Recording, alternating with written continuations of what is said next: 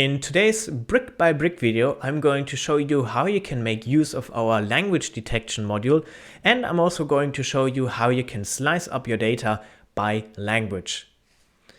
Here we have a dataset that contains texts that are in many different languages. For example, I think that's Mandarin, and we have French here, we have German. There are a lot of different languages here.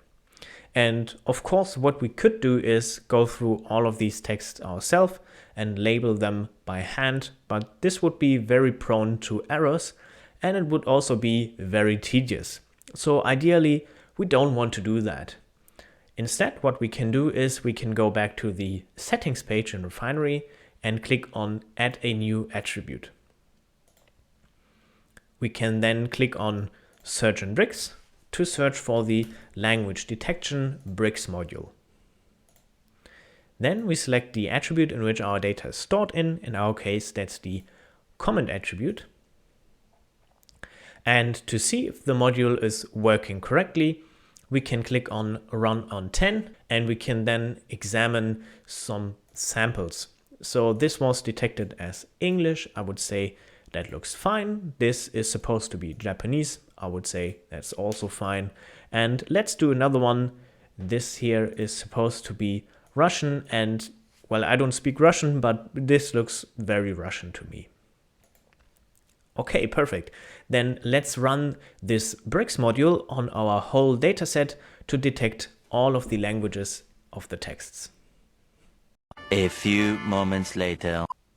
Perfect. And after a couple of seconds, our new attribute should be usable. And what we can do next, for example, is go to the data browser. And what we can do is we can set a filter for our attributes so that we have a data slice that only contains a specific language. So we're going to select the new attribute, which is the language detection attribute. And we want to only filter for the Japanese language. And we can also save this filter. I'm going to use a static filter, and this is the Japanese slice. Let's do another one. Clear the filter first, and we want to only get, let's say, French texts. Great. Save this filter again. This is the French slice.